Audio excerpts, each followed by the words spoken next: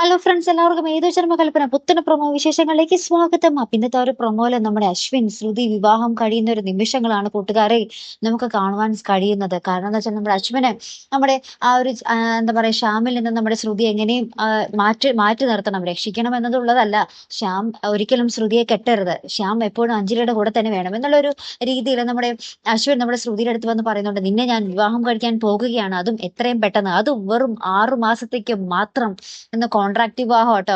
നമ്മുടെ ഗീതാഗോവിന്ദത്തിലെ നമ്മുടെ ഗോവിന്ദും ഗീതവും പോലെ. അപ്പൊ എന്തായാലും അതേപോലെ ആയിട്ട് ഇപ്പൊ വിവാഹം ചെയ്യാൻ പോകുന്നത്. എന്നിട്ട് രണ്ടുപേരും വിവാഹമൊക്കെ ചെയ്ത് അവർ മാലയൊക്കെ ഇട്ട് തിരികെ അവർ വീട്ടിലേക്ക് വന്ന് കയറുന്നുണ്ട്. അപ്പൊ നമ്മുടെ ശ്രുതിയുടെ അമ്മ ചോദിക്കുന്നുണ്ട്, എന്താ ശ്രുതി ഇത് എന്ന് ചോദിച്ചിട്ട് നമ്മുടെ ശ്രുതിയുടെ ആ ഒരു കാരണം അടിച്ചു പൊളിക്കുന്ന ഒരു രംഗങ്ങൾ നമുക്ക് കാണുവാൻ സാധിക്കുന്നുണ്ട്. അപ്പൊ എല്ലാവരും ഇങ്ങനെ ഷോക്കായിട്ട് നിൽക്കുക കേട്ടോ.